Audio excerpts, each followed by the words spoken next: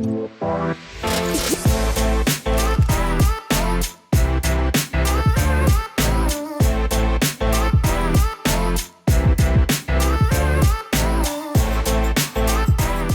Steffan.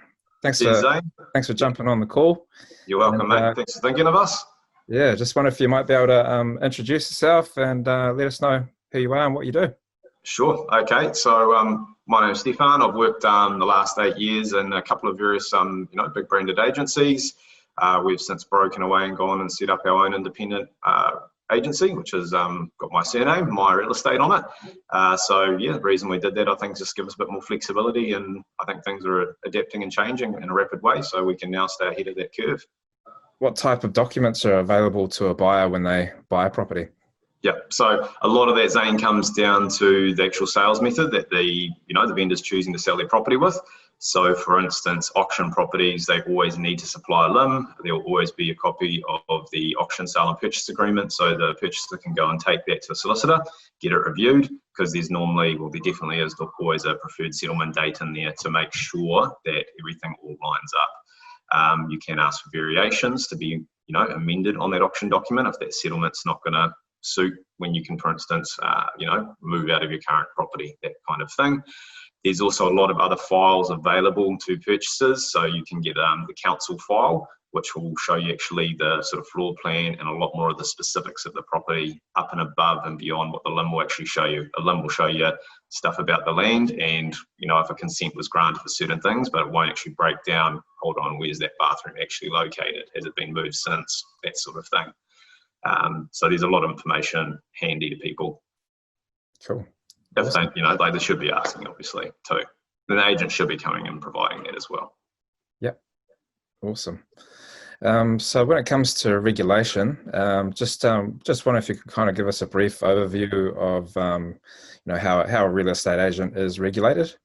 Sure. So, there's some pretty stringent rules around it now. It used to be, I think, a little bit of the wild, wild west, but it's definitely changed significantly. I suppose in a nutshell, people always need to remember the agent has a fiduciary obligation to the vendor. So they're first and foremost, their job's to try and, get the best result for the vendor. But on the flip side, they do have what's called a duty of care to the purchaser. So they need to treat them fairly.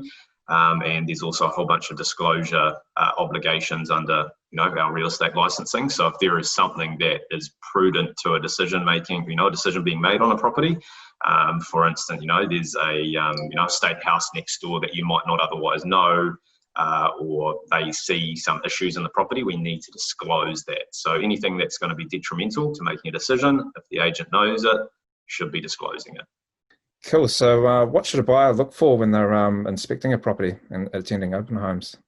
Sure. So I think looking at the immediate area around it is definitely a benefit, because it's, it can tell you a lot about what the area is like to live in, and, potential sort of future issues or, problems, or how the whole area is sort of going to grow. I'd be looking at definitely cladding types, having a look to make sure there's no sort of water ingress, water leaking into the property anywhere, that sort of thing. I'd be having a look on the inside to see if there's been any, recent renovations done to the property. Do they look like they should be sitting there, or has someone just moved something? And then make sure there's corresponding documentation to support whatever's happened there.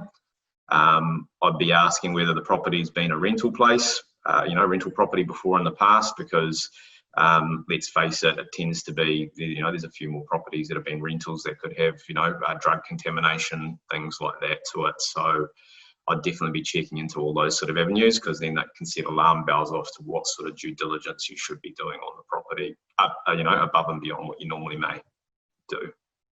Cool. Awesome. When buying a house, what type of questions should a buyer ask a real estate agent? Sure. I'd always, like, going back to our past point, I'd definitely ask, what are the neighbours like? Are they rentals next door? Those sort of things there. I'd ask the agent, like we discussed before, they have disclosure obligations. Is there anything you should know about the property that may affect my decision, or what price I would pay for the property? And they will need to disclose those sort of things about it. You could ask them, what's going on in the area? Is there anything we need to know? Is it up and coming? Is there a new school being built? There's a whole bunch of dynamics that can happen outside of the actual property that can affect its value in a good way or a negative way as well. So basically just asking as much as you can about the property directly Yeah. to the agent. That's quite a good open-ended question to ask at the start there. Yeah, if there's anything you should disclose about this property that we should know, and then you can kind of, I guess, drill down a little bit more from there, depending on how it's answered. Exactly, because I That's a think, good point. it blankets everything, and there's no way that, anything can be sort of missed on that kind of front. Is it better for a buyer to attend a private viewing as opposed to an open home? I mean, I think case in point, it's always easier to go through an open home, and you could probably use that as your sort of sounding board to, do we have further interest in this place? If the answer is yes, then you book a private inspection, and that's when you can sort of get into the real nitty gritties with the agent about the property. It's pretty hard for an agent to, if there's 10 groups in a house at once, to sort of drill down into all the, detrimental things about the place. So if it seems to be ticking a lot of the boxes, you like the look and feel of the place, my suggestion is book a private inspection, duck through, and that's when you can start, nailing out those nitty gritty questions. How do you see an agent's role for a buyer? So they need to treat the buyer fairly, obviously, need to disclose everything, make the process easy and transparent. I mean, there is definitely various roles within the industry. Like I said before, listing agent, their job is definitely to look after the vendor and the purchaser, but extract the best price that they can for the vendor. There's other options out there where people might feel comfortable or have a friend that's an agent and want them to sort of handle the negotiations on their behalf. And if that's the case, then basically the commission sort of gets split between the two parties. But then you could, potentially get a good agent to negotiate for you, because there's definitely a lot of tells that people do without actually noticing. Like, hey, we'd like to start our offer here, all these sort of things that all of a sudden, like I say, the agent needs to extract the best value. You've just told them you're going to pay more money, all those sort of things. So there's some definitely good tips that, there's a good way to buy and a way where you're quite open and that sort of thing. And you can, I suppose, definitely end up emptying your pockets if you're up against a good agent. So do you think it's worth a first-time buyer speaking to a buyer's agent? So, look, I think a lot of that can come down to how experienced you sort of are and confident. So, I mean, look, I think if you're an absolute novice and you're quite nervous around it, whether you be shy and you're not good at talking to people, that sort of thing, I think, engaging an agent to represent you on the negotiation side of things is definitely a benefit.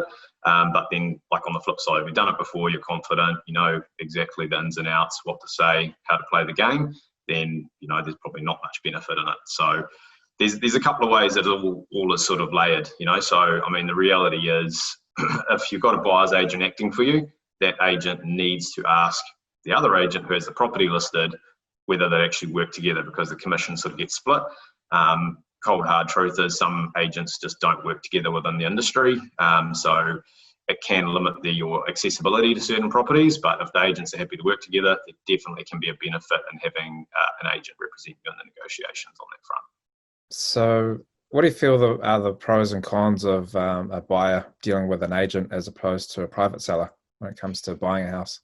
I think, that's a pretty fair question.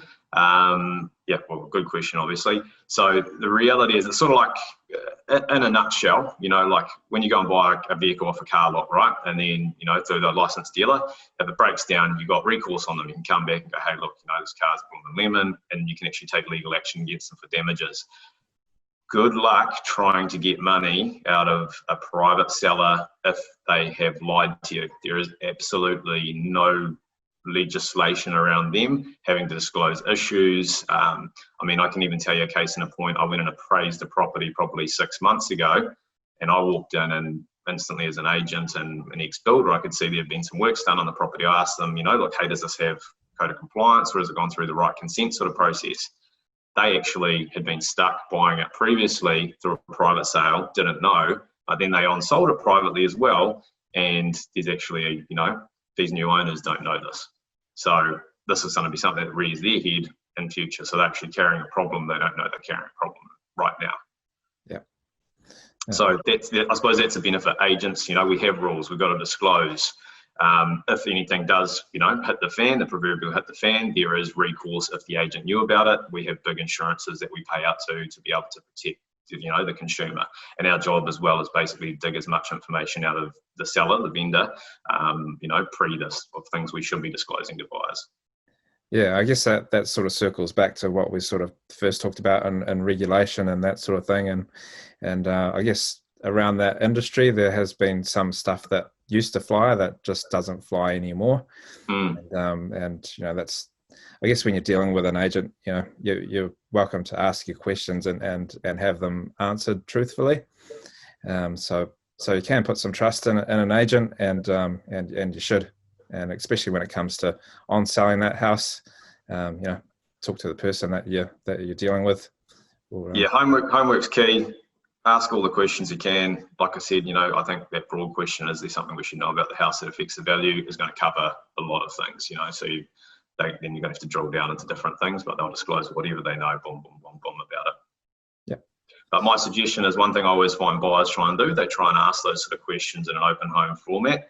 And, when there's 5 or 6 people around, look, there's a time and place for conversation to be had about real nitty gritties about a property. So if you like it, that's why I'm saying book a private appointment, and then you can go through those sort of things.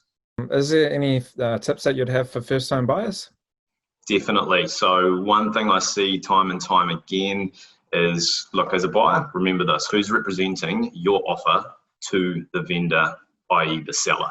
So, my suggestion would be, I'm not saying smooth up to the agent, but just be nice to them, treat them as a person, and just be open about situations and that sort of thing with that agent. They will more, that obviously they can position your offer in a lot better light to the seller if you got them on side on that front. Try and do as much homework as you can around perhaps what the actual vendor's circumstances are. I'm not saying, find out if they're getting divorced or anything like that, but just try and see if you can find out when an attractive settlement date may be for them. Because, that can actually throw a little bit more weight into your offer, aside from the dollars and cents side of basis. Try and get all your conditions nailed out first. So try and make your offer as clean as you possibly can. That basically increases the value of your offer without actually increasing the monetary value of it as well. So building reports, see if there's a limb on tap, maybe quickly show that to your solicitor. So when you make an offer, you actually don't have to have that as a condition in, because, a limb report's a 15 working day condition, right? So that takes 3 weeks. So that's a long time for the vendor to sit around. So just, in a nutshell, get on with the agent, find out when a good settlement date is, and get all your conditions that you can nailed out first. Makes things a lot more attractive. Yep, awesome. Well, that's about it for this one. So thanks very much, Steffan. Thanks for calling in, and we'll talk to you soon. Thanks, Zane. Appreciate it. Cheers.